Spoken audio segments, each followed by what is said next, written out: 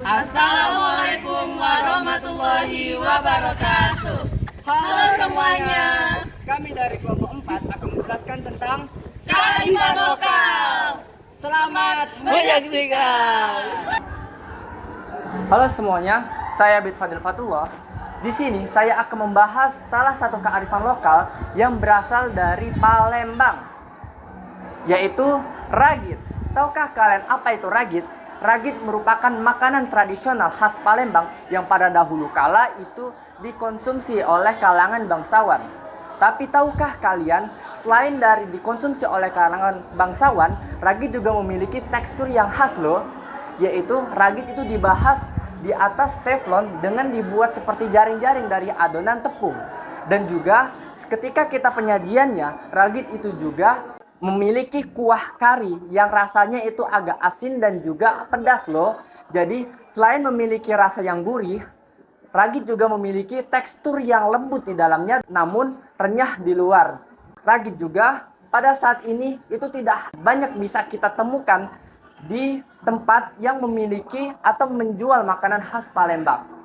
Ragit juga merupakan makanan khas Palembang yang sudah banyak dikenal oleh masyarakat Palembang itu sendiri dan juga masyarakat daerah lainnya loh. Dan tahukah kalian, ragit ini merupakan salah satu makanan Palembang yang berasal dari olahan ikan dan juga dengan kuah kari.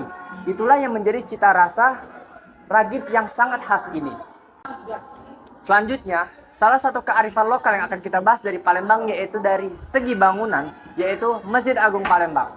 Masjid Agung Palembang merupakan salah satu landmark kota Palembang yang berusia sekitar 266 tahun.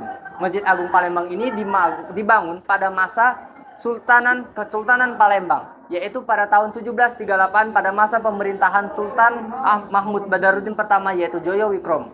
Sultan Mahmud Joyo Wikromo membangun Masjid Agung selama dalam kurun waktu 10 tahun. 10 tahun itu bukan waktu yang lama, akan tetapi Masjid Agung Palembang ini memiliki beberapa perbedaan pada zaman dahulu dan zaman sekarang.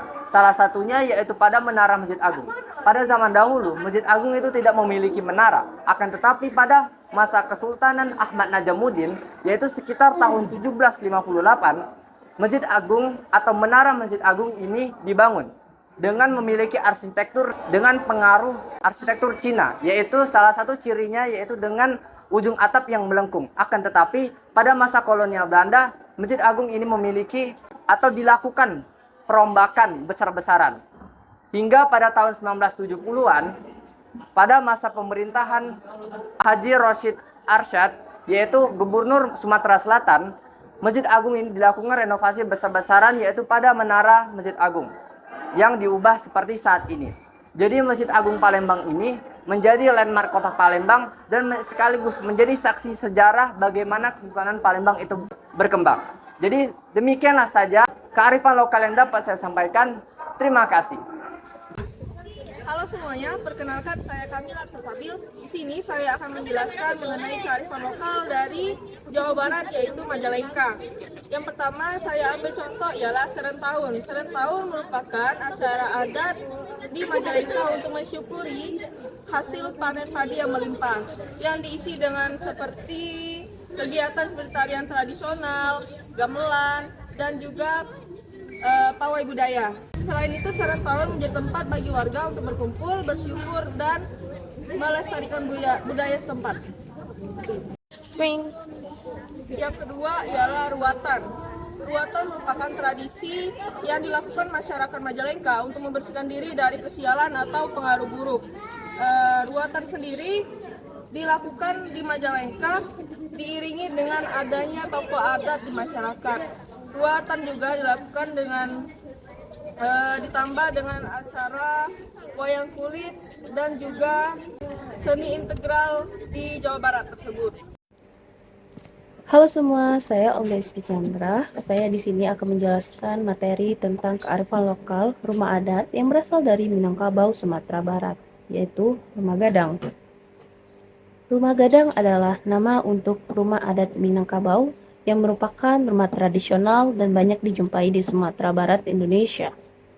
Rumah ini juga disebut dengan nama lain oleh masyarakat setempat dengan nama rumah Bagunjo, atau ada juga yang menyebut dengan nama rumah Baanjuang. Setiap jenis rumah adat di Indonesia tentu memiliki ciri khas tersendiri yang membedakannya. Ciri khas rumah gadang Sumatera Barat yang pertama, badan rumah gadang berbentuk segi empat memanjang dan membesar ke atas seperti trapesium terbalik. Tujuannya agar bagian dalam rumah tidak basah saat terkena air hujan. Yang kedua, atap rumah gadang berbentuk konjong atau tonjolan sebanyak 2-7 buah yang melengkung tajam seperti tanduk kerbau. Yang ketiga, bentuk rumah gadang berkolong agar terhindar dari serangan binatang buas. Yang keempat, sisi rumah gadang melengkung ke dalam sedangkan bagian tengahnya rendah seperti perahu.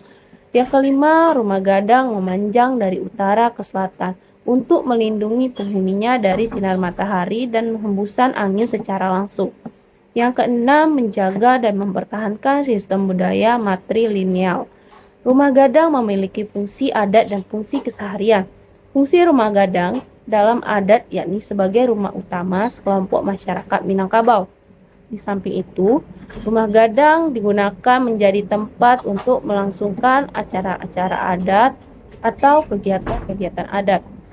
Dalam keseharian, rumah gadang dihuni oleh keluarga besar yang terdiri dari ayah, ibu, dan anak perempuan dengan aktivitas sehari-hari. Fungsi tersebut lebih dominan berlangsung sebagaimana lazimnya rumah tinggal bagi masyarakat umum. Materi yang kedua tentang kearifan lokal, tarian adat tradisional yang berasal dari daerah Jambi yaitu tari Skapur Siri. Tari Skapur Siri adalah salah satu tarian tradisional yang berasal dari daerah Jambi. Tarian ini termasuk jenis tarian penyambutan yang biasanya ditarikan oleh para penari wanita dengan berpakaian adat serta diiringi oleh alunan musik pengiring. Mereka menari dengan gerakannya yang lemah lembut dan membawakan cerano atau wadah sebagai tanda persembahan.